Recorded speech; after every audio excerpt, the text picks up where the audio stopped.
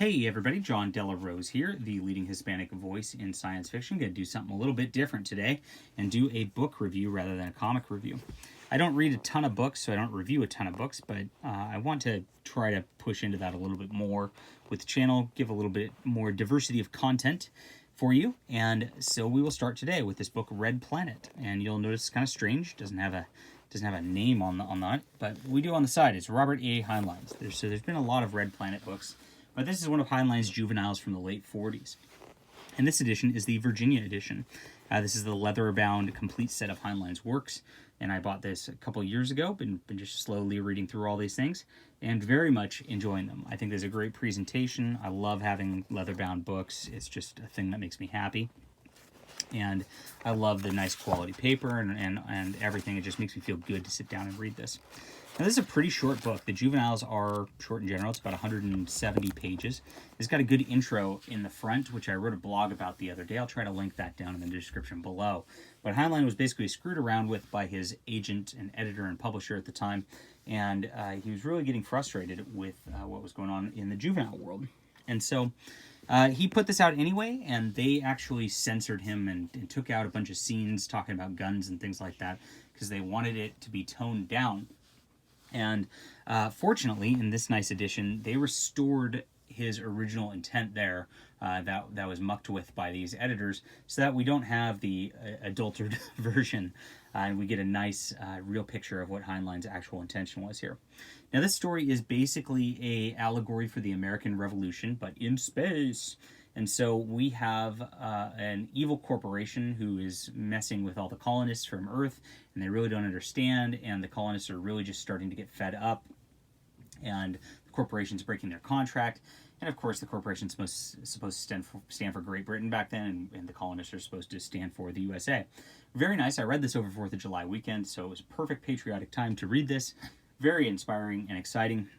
It follows two kids who go to school and are just harassed by their headmaster because the headmaster doesn't respect the colonists, and they end up finding some bad things about him and about his sort of treason to the colonies. So they whistleblow on him, and it starts really the revolution happening.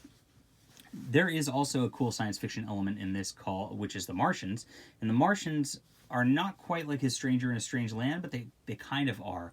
They're on that direction, and you can see Heinlein's sort of proto-Martians before he gets to that famous work of his. And I actually really like the Martians in this one. They are a very different species, and they're not understandable by humans. They've got their own motivations, which are very, very interesting and cool.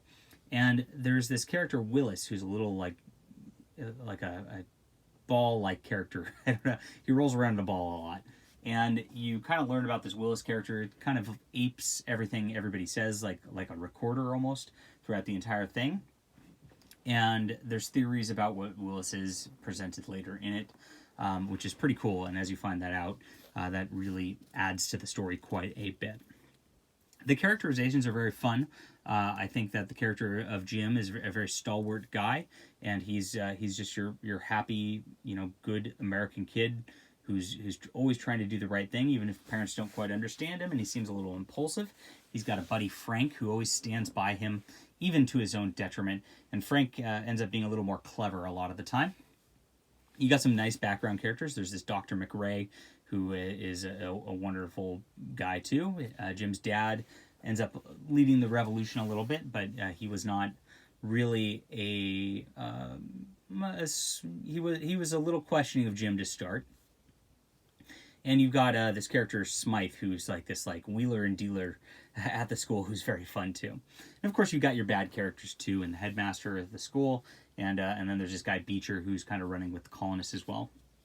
So a very nice cast of characters, very well fleshed out, and, just a masterclass in how to write characters and how to engage a reader. Since it's short, you can read through this really quickly. The pacing's excellent all the way around. The world building with the Martians and all that is really cool. Some of the best I've seen in science fiction. And so far, I've read about half of Robert Heinlein's juveniles, I think. And I think this is my favorite of them so far. And I have read Space Cadet. I've read Citizen of the Galaxy. I've read The Rolling Stones and Rocket Ship Galileo. also. And I still hold this as, even though those are hailed, I think this is just a little bit better of a book. It's a lot of fun, and it's an underrated classic of his. All right, this is a 10 out of 10. Highly recommend everybody read this. I also highly recommend everybody get these Virginia editions if you're really into Heinlein, because just very cool. Now, there are some strange typos throughout the entire thing. Let me see. Here's the page where I can find it.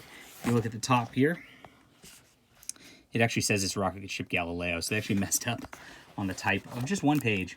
And those typos are through here. I guess they retyped all the manuscripts and all that, and, you know, they happen. For a limited edition, it is what it is. I'll do a whole overview of the Virginia editions later, because I think that's fun too. All right, hit that like and subscribe button, and we will be back. Let me know if you're reading anything cool like this. Be happy to hear from you, and I will talk to you soon.